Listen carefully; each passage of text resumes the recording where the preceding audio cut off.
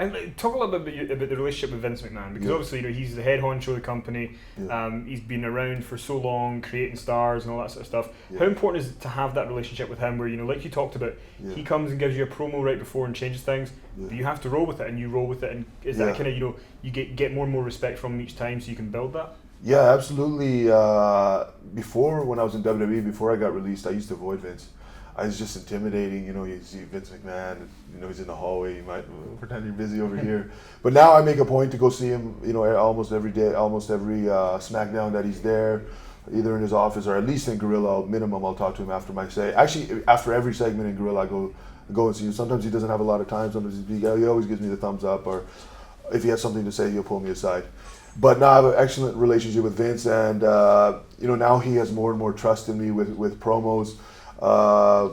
Like at first when I was doing the promos, like the crowd's booing me or chanting USA, and I would just cut them off and speak over them, and Vince personally told me, let them go, it doesn't matter, forget about the time, it doesn't matter, don't step on them. Okay, so now Vince has more and more confidence in me, and even sometimes now, like I change around the promo a little bit, I'll cut some parts, or I'll add something according to how the crowd is reacting. So I'm improving on that. It's my goal to be one of the best talkers ever. When it's all said and done. I always set high goals. There's no point in setting medium goals. I always set big goals. So it's my goal, and I'm working hard at it. Every week I'm getting better and better at my promos, I feel. And you actually recently, to your credit, and it was great on SmackDown because you were talking about before, maybe at the beginning as champ, you maybe cut off the crowd if they were chanting whatever. But the other week there was a "You can't wrestle" chant, and you held the belt up and said, "I'm WWE champion." Is that the kind of stuff now that you're kind of like, okay, I'm going to embrace the reactions and go with it? Exactly. Yeah, that's exactly what it is. Yeah, and then live event is a little more freedom. So even I might take it even a step further on the live event and actually address it. Something like that. But overall, just an improvement. And Vince sees the hard work that I'm doing, and Vince is a genius in my opinion. He's like, who has watched more of the WWE product than Vince? I don't think anybody. Yeah. He sits there and literally watch every single match, every single segment, and look at the giant that he's created, the phenomenon WWE. We're here in Aberdeen, Scotland tomorrow. We're in Barcelona. This is all Vince's vision. And and he has an even bigger vision, where is this company going to be in 10, 15, 20 years from now? There's no telling. And so when you became the champion, obviously there's a lot of your promos were about the 1.3 billion people in India, the 1.3 billion people in India, and you went to India, huge reaction to you. And I guess some of the criticism has been more, not really to you, but more about, there was a very quick ascension to the top. It kind of, some fans said it came out of nowhere, and I mean that must be difficult for you, because like you say, you put in all this hard work, and you've been taking this opportunity and ran with it 164 days. How do you overcome that? Yeah, no, a lot of people tweet me, or people say, oh, it's because WWE wants to expand in India, WWE wants to expand in India. WWE is already huge in India. They've been huge for years. They were big in India when I got released. They were already big in India. When I got hired, when Khali became WWE champion, it skyrocketed, and it's been there ever since. So this theory that, they want to expand into India, they wanted to expand into India. They wanted to expand into India when they released me. I was Indian then, I'm Indian now. It's no different. But, they couldn't make me WWE champion at that time because I wasn't focused. I wasn't ready. I wasn't deserving. I'll be the first to admit it. Now I'm focused. I'm driven. I want to be WWE champion. And, I want to represent the company. Now the company can trust me. Whereas before, I was a little bit too young, inexperienced, immature, you can even say. But now the company has faith in me. I represent all of WWE because I'm the face of WWE. Everything that I do impacts WWE. If I do something negative, obviously it's going to look bad on the company. All the interviews that I do, I'm representing WWE. So, I want to do a good job at that. And obviously WWE trusts me now, but I had to earn that trust, right? But as far as India, it was awesome. I got a huge reception. I was there for only 3 days, and 3 days were jam-packed. We did a lot of cool stuff, and we're going again in December 8th and 9th, two shows in New Delhi.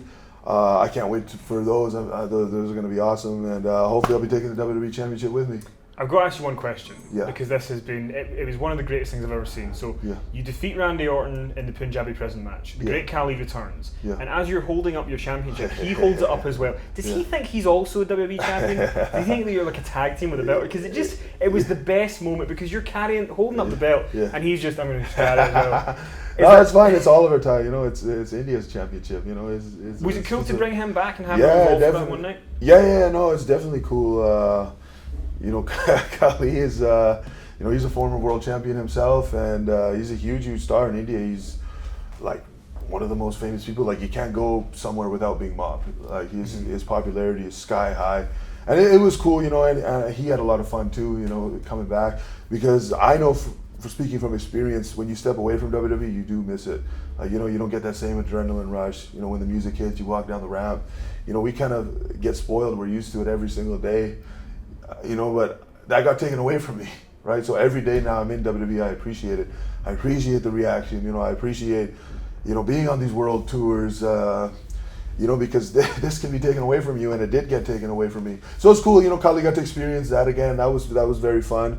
And again, got to shock this WWE universe, the ones that didn't read the internet that day, the ones who don't pay too much mind to the internet. There were a lot of people that were shocked.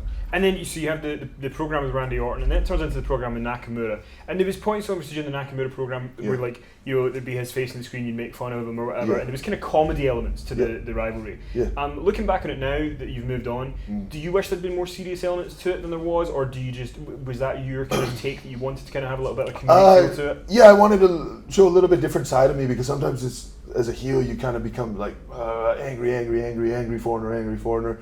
So it got to be a little bit different too. Plus Shane and Kevin had such a heated program, right? This one kind of had a little bit of a different feel to it. But again, this is what Vince sees, Vince's vision. He wanted a different side of me. He wanted to see another layer of me, which is essentially what it added. You know, to add in another layer when you peel back the character. You know, you see different elements. Because before, when I would come out, I'd come out angry and serious, and during that time, I would come out smile on my face. You know, I'm laughing during the promo, so it was cool. I got to see a different side of me. But you know, I'm sure there'll be more evolutions to come. Different all different rivalries with different feels. Some more heated than others. Some maybe more comedic. Like, look at someone like Kurt Angle. You know, one of the greatest comedic yet serious performers of all time. So yeah, it can be done, and it's all about exploring. It's all about growing. Like, I learned so much from that program with Nakamura. You know, I got to step out of my comfort zone just like I did with 3MB. You know, I actually learned so much in being in 3MB. Just how to have fun, how to enjoy myself. You know, because when you're having fun, they're having fun. The crowd's having fun. Mm-hmm. And then, you know, the India thing's been cool. Like, when you went to India and you see these people swarming and excited for the tour in December, there's kind of part of you that kind of looks at it as like the character of Jinder Mahal could almost be a big babyface, because all across the world there's a huge Indian population. Do you see the character at some point transitioning into being more of a fan-friendly act? Yeah, definitely. I could see it someday. When you know, you see all these great characters. You know, everyone from Shawn Michaels to Bret Hart to The Rock. You know, they flip flop back and forth, and you know, that's what makes them memorable. Like, they kind of reinvent themselves and you know, become. I'm not saying they were ever irrelevant, but you know, they skyrockets again, and you know, sometimes you fizzle out, so it's someone else's turn, and then you know, you come back. So definitely, I could see myself being a babyface, or like how Bret Hart used to be heel in the States. Yeah, that's kind of what it is. It's very, very similar to that right now. And then obviously Survivor Series coming up, the match with Brock Lesnar. Yep. I mean, for what's interesting about this is that there's an atmosphere with a Brock Lesnar match that there doesn't really seem to be anywhere else. Like, it's just this different aura about the match. Arguably maybe your biggest match to date that you've had in WWE. Yep. How do you prepare for it? What's your mindset going into it? Because everybody's going to be watching that match. Yeah. How are you preparing for it? Yeah, no, actually all the pay-per-view main events are big matches, but this one is the biggest. Brock is just such a intense, physical competitor. So I know physicality is going to be very high. I'm actually training very hard for it. I actually, I'm like the heaviest I've been in a long, long time. I'm 245 pounds. Usually when I won the championship, I was about 225, 220 even, around that weight. So, you know, I'm trying to put on some extra weight, not to get taken to Suplex City. But no, it'll be an interesting match. I don't quite have a game plan yet because I just have to weather the storm, and hopefully he slips on a banana peel. That would be the greatest thing ever. Yeah, but I have the Singh Brothers with me. So they might bring the bananas. Exactly. And the other thing is, so you know, on your promos, you've been talking a lot about Paul Heyman. Yeah. You've claimed that you're going to be the Beastmaster, which is also a 1982 movie, which is great. Could there be Beastmaster T-shirts then if you beat him? Is that going to be one of your new monikers? Yeah, definitely. I mean, when I beat Brock Lesnar, when I beat Brock Lesnar, it's going to be huge. Definitely, I think I'm going to open up a lot of eyes. You know, people who are going to really take me seriously. It's going to solidify, this championship reign that I have. So yeah, I'm excited. But definitely, the Beastmaster T-shirts. Maybe John Cena wristband, maybe a headband even. Yeah, just get as much merch as you can. Yeah, why not? I did want to ask you though, because something that's really interesting about your career was when you left in 2014. Yeah. Maybe a lot of people would not have predicted where you are now. Yeah. But what was it that you did that was different? Because a lot of guys, when they leave, you maybe don't hear from them again. Yeah. But you must have done different things to make sure that you got back. What was your mindset? Because it must be tough. Like part of you. It's sad when you go, but you did something to make sure that you got back. Yeah, actually, to tell you the truth, so I was gone for 2 years, and the majority of those 2 years, I was unfocused. I was not driven. I was partying. I was not caring.